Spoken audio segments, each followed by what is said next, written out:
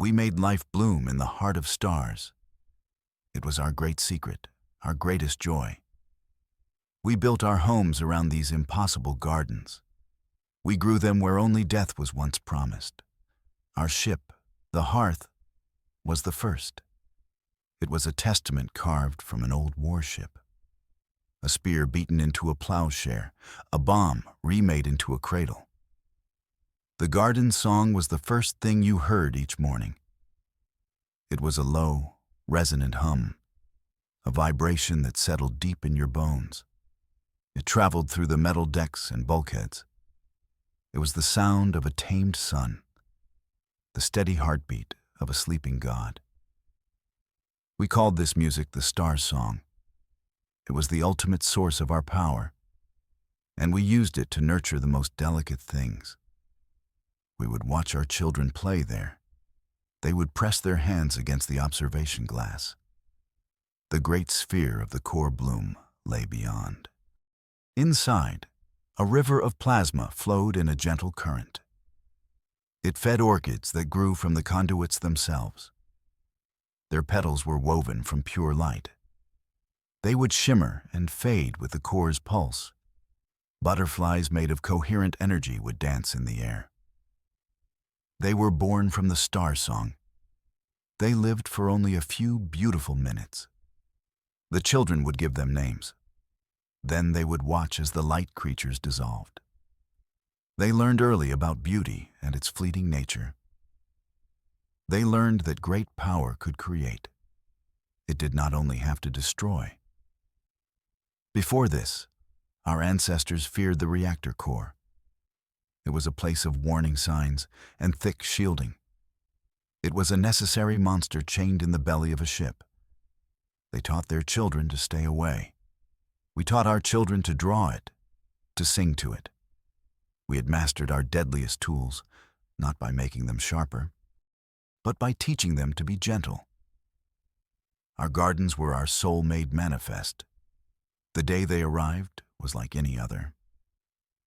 In the Central Market, a vendor was arguing about the price of Aldebaran spices. In the school, children were learning star science. They were finger-painting supernovas.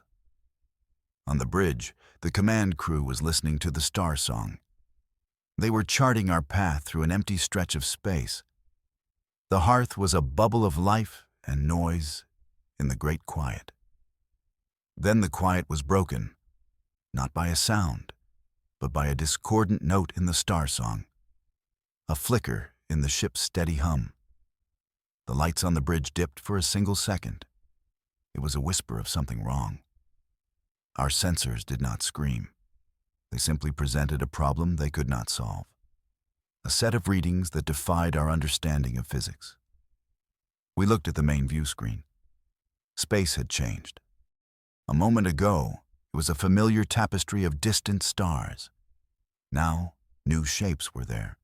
They were not stars. They were holes in the darkness, things so black they seemed to pull the light into them. There were dozens of them, maybe more, an armada of impossible objects. Their ships were things of pure, cold logic, long, sharp needles of a material that reflected nothing. Perfect cubes that rotated in maddening synchronicity. They were arranged in a crystalline lattice, a web of sterile geometry drawn around our vibrant, messy home. They did not announce themselves. They simply appeared, a fleet of ghosts from the silent dark. They moved on beams of light. There was no engine flare, no distortion of space. One moment empty, the next occupied. They were a statement of technological superiority, a quiet, terrifying display of power. They did not hail us. They did not respond to our automated greeting. They just sat there, watching, judging. It felt like finding a wolf outside your window, a very patient, very intelligent wolf. We half expected them to leave a bad review on our visitor's log. Captain Alara called a meeting on the bridge. It was not a formal affair. People simply gathered, engineers, doctors, artists, farmers. We were a community first and a crew second. The view screen showed the silent fleet, 100 obsidian daggers aimed at our heart. Fear was not the mood on the bridge. It was a deep, consuming curiosity. They are not talking. Kenji, our lead engineer, stated the obvious. He ran a hand through his messy hair. Their ships are running cold. No energy signatures. It's like they aren't even on. They are on, Alara replied. Her voice was the calm center of the room. They are just very, very good at hiding it. She looked around at the faces of her friends, her family. What do they want? An old historian named Anjali spoke. Throughout history, first contact is a moment of risk. We must assume they are hostile. A few people nodded. It was a logical position. It was the safe position. But it was not our way. Alara turned to Anjali. Or, she countered gently, we can assume they are lost, or curious, or lonely. She looked back at the screen. We have a choice. We can raise our shields. We can match their silence with our own. We can treat them as a threat. She paused, letting the words sink in. Or we can show them who we are. There was no vote. There was no need. A quiet agreement settled over the bridge. It was a shared, unspoken consensus. We had not built a home around a singing star just to hide in the dark. Alara smiled. Open a channel, she commanded. Send the first contact package, the universal welcome. The package went out on a broad spectrum wave. It held our star charts, the basic structure of our DNA. It held 1,000 pieces of our music, from ancient symphonies to simple folk songs. It held the image of a hand reaching out, a symbol of peace we hoped they would understand. We sent our message of trust into their wall of silence, and we waited. An hour passed, then another. The obsidian ships did not move. They did not respond. The tension on the bridge began to grow. Maybe Anjali was right. Maybe this was a predator's patience. We could feel the first whispers of doubt. Alara made a decision. They are cautious, she announced. So we will be brave. She gave the command. Lower the navigational shields. A gasp went through the bridge. The shields were our only real defense. Lowering them was an act of complete vulnerability. And send them one more message, she said. Tell them our table is always open for guests. Tell them dinner is almost ready. It was a ridiculous, hopeful, wonderfully human thing to do. We were offering a meal to a fleet of silent, star-born gods. We were inviting the wolf in for a cup of tea. The response, when it came, was as subtle as their arrival.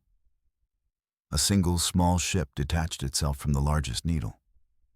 It was a perfect teardrop of black material. It moved toward our docking port with an unnatural smoothness. No course corrections, no thruster adjustments. Just a perfect, calculated line. It connected with the hearth with a faint click. The silence of it was more intimidating than any roar of engines. We assembled in the receiving bay. The great mural of the core bloom was behind us, a reminder of who we were. Captain Alara stood in front. She had not changed her simple tunic. We presented no military honor guard. We had no soldiers to present. We were a welcoming committee of scientists and poets, gardeners and dreamers. The inner airlock hissed, a plume of vapor rolling out. We held our breath. 3 figures emerged. They were impossibly tall and slender. Their forms were encased in flowing gray suits that seemed to absorb the light. We could not tell where the suit ended and the being began. Their heads were covered by smooth, featureless helmets. They were perfect mirrors, reflecting our own anxious faces. We saw ourselves in them, but they revealed nothing. "Welcome to the hearth," Alara said, her voice warm and steady. "I am Alara. We are humanity." The central figure raised a hand. Its fingers were long and thin. A voice spoke, seeming to come from the air itself. It was synthesized, perfectly even, utterly devoid of warmth or life. "Your designation is acknowledged. We are the Inquisitors of the Axiom. We are here to observe and assess the anomaly." Anomaly. Not ship. Not home. We were a problem to be solved. An error in their cosmic equation. The name they gave themselves, the Axiom, was chillingly appropriate. They were beings of pure, unshakable principle. Our first joke about them was born in that moment. We decided their favorite food must be unsalted crackers. We began the tour. "We want you to see how we live," Alara explained. The Axiom followed. Their movements were synchronized. Their mirrored faces swept across the hall, scanning, recording. They paused before the great mural. "This depiction is inefficient," the voice stated.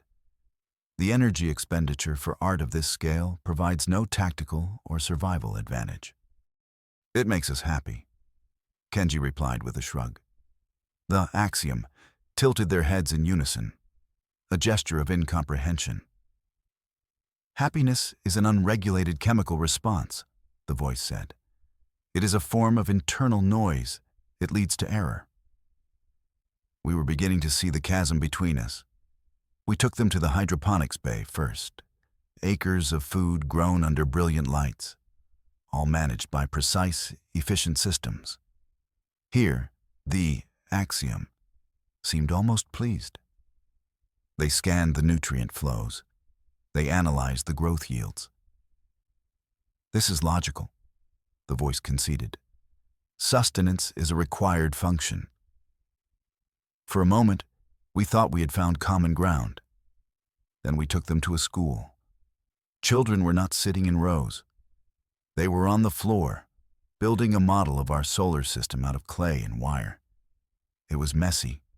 It was loud. It was joyful. The Axiom. Delegates stood frozen in the doorway.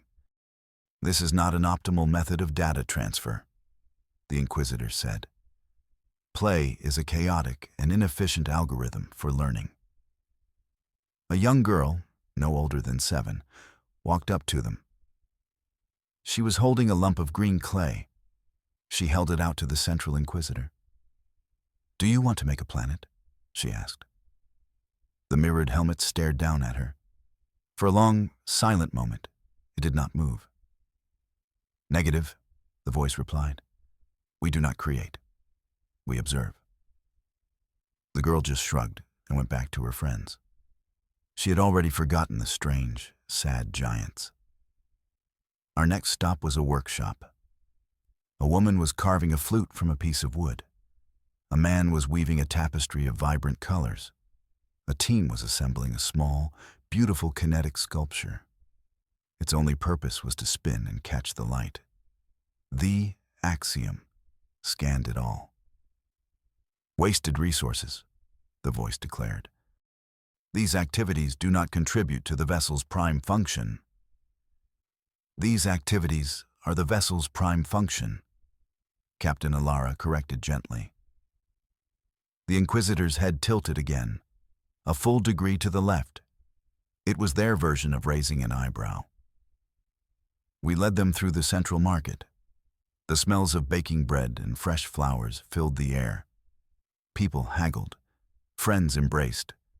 A musician played a sad, sweet song on an old stringed instrument. The Axiom delegates were like statues in a river. The current of our lives simply flowed around them. "Your social structure is decentralized," the Inquisitor observed. "Your command hierarchy is ambiguous. This vessel should not be operational. According to our models, your society should have collapsed from inefficiency." Our models have more room for error, Alara said with a small smile. The joke did not land. Of course it didn't. We were pretty sure nothing landed on the Axiom. They were a cultural black hole. Their cold logic consumed everything. Their silent judgment was a weight on our souls. They had seen our farms, our schools, our art, our community, and they had dismissed it all as noise, as error, as illogical clutter. There was only one place left to show them, the source of the star song, the place where our logic and our art became one. We walked toward the center of the hearth. The decks began to vibrate more intensely. The low hum of the star song grew louder. It became a chord that you could feel in your teeth. The air grew warmer. It carried the scent of ozone and something else. Something clean and alive. Like a forest after a thunderstorm. We reached a set of massive, circular doors. They were forged from a material that swirled with captured nebulae. Etched across their surface was the intricate pattern of a branching tree. Every leaf, every root, was a line of complex equations. The physics of containment, the mathematics of life. It was our grandest work of art, and our most advanced piece of engineering. There are security protocols, Kenji explained to the Inquisitors, but they are mostly tradition now. He and Alara placed their hands on two separate panels. They spoke their names into a scanner. They even submitted to a retinal scan. It was all a bit theatrical, a ritual to honor the power that lay beyond. It likes to be asked nicely before we open the door, Kenji joked. The doors slid open with a whisper. A wave of golden light and warm air washed over us. It was like stepping out into a perfect summer afternoon. We were on a wide observation balcony. It curved around a vast, hollow sphere in the center of the ship. Below us, suspended in the absolute center of that sphere, was our sun, the core bloom. The containment field was nearly invisible. A faint soap bubble shimmer was the only sign of its existence. It was the only thing holding back an inferno that could vaporize our entire ship in a nanosecond. But inside that bubble of impossible physics, there was a paradise. A small, perfectly stable star burned with a soft, golden light. Around it, life had taken hold. Great, twisting trees that looked like petrified lightning grew directly from the energy conduits. Their leaves were like stained glass. They captured the light and fractured it into a million rainbows. A gentle river of liquid plasma flowed in a lazy circle. It eddied around islands of green, glowing moss. Flowers bloomed in the intense radiation. They were things of impossible biology. They pulsed with their own soft light. Their petals opened and closed in time with the core's rhythm. Tiny creatures made of pure energy darted through the branches. They looked like hummingbirds with wings of fire. They were beautiful and utterly impossible. We took our most feared technology, Alara said, her voice filled with a quiet reverence. A fusion reactor designed for war, and we asked it a new question. Not how much can you destroy, but what can you create? She turned to the Inquisitors. Her face was illuminated by the golden light of the core. This is our answer. We gave them a moment to take it in. We wanted them to see, to finally understand us. This was the intersection of our science and our soul. The perfect logic of physics, used to create illogical beauty. This was our great statement to the universe. We had faced our own destructive nature, and we had chosen to grow a garden instead. We watched their mirrored helmets, hoping to see a reflection of our own awe, hoping for just a spark of connection. The silence on the observation deck stretched on. It was a different kind of silence now. not their cold, calculating quiet from before. This was a tense, brittle silence, the kind that comes before a storm breaks. The star song from the core seemed to deepen. The beautiful hum suddenly felt like a warning growl. The three inquisitors of the Axiom stood perfectly still. They stared into the heart of the core bloom. The golden light washed over their featureless helmets. For the first time, we saw a change in them, a subtle tightening in their posture, a rigidity that was not there before. A low hum began to emit from their suits. It was a dissonant, ugly sound. It was the sound of an alarm. One of them took a sudden, jerky step backward, away from the railing, away from the impossible garden. It was a small movement, but it was a crack in their perfect composure. It was the first true emotion they had shown us. It was undiluted, absolute terror. The synthesized voice of the lead inquisitor returned. It was stripped of its calm modulation. It was sharp, harsh, laced with something that sounded like static or panic. "This is a transgression," it hissed. The words cut through the warm air like shards of ice. "This is a crime against the laws of reality." "It is not a transgression," Elara countered, her voice firm but calm. "It is balance. We have maintained it for over a century." "You have maintained a lit fuse for a century," the Inquisitor snapped back. Its polite mask of observation had not just fallen. It had shattered. Beneath it was a face of horror. It saw no beauty, no life.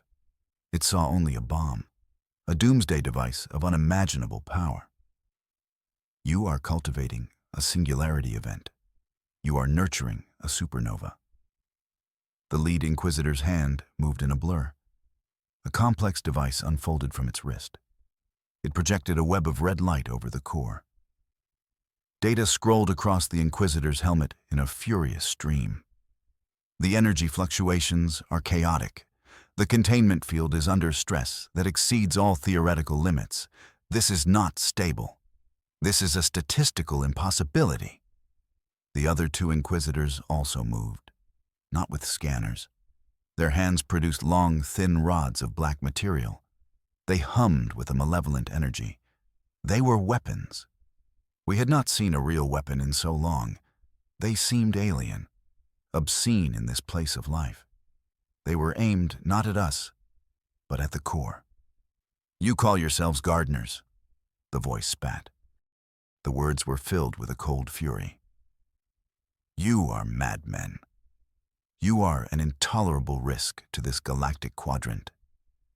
You have built your home on the trigger of a weapon that could sterilize 1,000 worlds."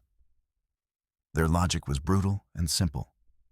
Power that immense could only be for destruction. To use it for art, for life. It was not just illogical to them. It was blasphemy. They saw our greatest accomplishment. And they saw only the proof that humanity was too reckless to be allowed to exist. The pleasantries were over. Our trial had begun.